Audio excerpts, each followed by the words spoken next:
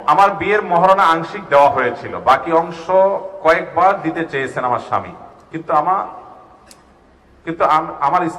আমি নেইনি, বলেছি দাবি ছেড়ে দিয়েছি।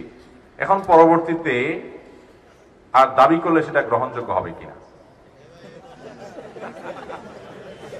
হয়তো মাফ করে দিয়ে ছেড়ে দিয়ে পরে চিন্তা করছে না ভুল করে ফেলেছি। কারণ আমাদের দেশে পুরুষগুলো বেশিরভাগই মেয়েদের অধিকার নষ্ট করার ক্ষেত্রে অত্যন্ত চালাকি এবং চাতুর্যের আশ্রয় নেয়।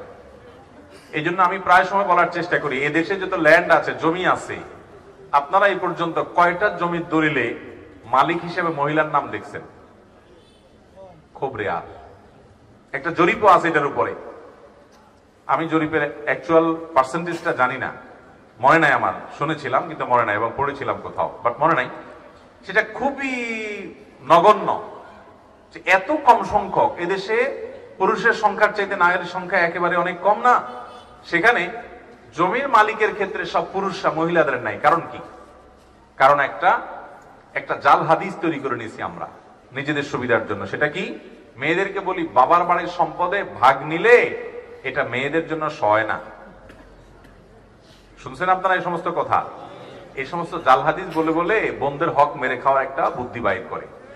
ঠিক একইভাবে বউয়ের মহারণার ব্যাপারে স্বামীরা অনেকে চালাকির আশ্রয় নেয়।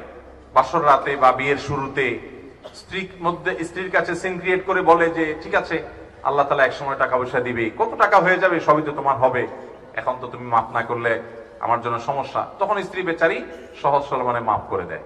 পরে যখন হুঁশ ফিরে আসে তখন চিন্তা করে হায় হায়, আমি ব্যাক করার সুযোগ আছে কিনা। ভাইরা আমার, স্ত্রীর অধিকার মহর, এটা তার প্রতি কোনো গিফট বা দান না, এটা স্ত্রীর প্রাপ্য। আল্লাহ তাআলা কোরআনে কারিমে বলেছেন ওয়া আতুন নিসা সাদকাতিহিন্না নিহলা, মহিলাদের মহর তাদের প্রাপ্য অধিকার হিসাবে তোমরা আদায় করে দাও।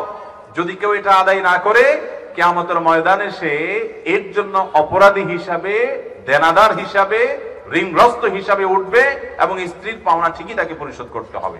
এত গুরুত্বপূর্ণ একটা ব্যাপার। আমাদের দেশে মহিলাদের মহর দেওয়া, স্ত্রীর মহর দেওয়ার ব্যাপারে এত পরিমাণ অবহেলা। নামকাওয়াস্তে আজকাল তো 10 লাখ 20 লাখ 30 লাখ ধরে দেওয়ার কোনো নামগন্ধ একেবারেই নাই। ভাইরা আমার, মহর পরিশোধ করতে হবে। যেটা দিতে পারবেন না সেই ফিগারে আপনি সম্মত হবেন না, যেটা দিতে পারবেন সেটাতে আপনি সম্মত হবেন। এখন কথা হলো, কোন স্ত্রী যদি তার মহর মাফ করে দেয় কিছু অংশ স্বামীকে, তো সে সম্পর্কে আল্লাহ তাআলা কোরআনে কারিমে বলেছেন, যদি তারা তোমাদেরকে সন্তুষ্ট চিত্তে কিছু ছাড় দেয়, ফাকুলুহু হানিআম মারিয়া, তাহলে সেটা তোমরা ভোগ করতে পারো। এখন কোন স্ত্রী তার স্বামীর কাছ থেকে কিছু মহরা পেয়ে এরপরে বলছেন ঠিক আছে বাকিটা আর লাগবে না, ছেড়ে দিলাম, তাহলে এটা স্বামীর জন্য হালাল হবে। আর ছেড়ে দেওয়ার পরে বহুকাল পরে এসে স্বামী যদি এখন আবার দাবি করে, স্ত্রী যদি আবার দাবি করে না আমি আগে যেটা বলেছিলাম ভুল বলছিলাম, আমার এখন দিতে হবে, তো এখন দাবি করলে আর কাজ হবে। এই জন্য মাফ করার সময় হুঁশ করে হিসাব করে মাফ করতে হবে।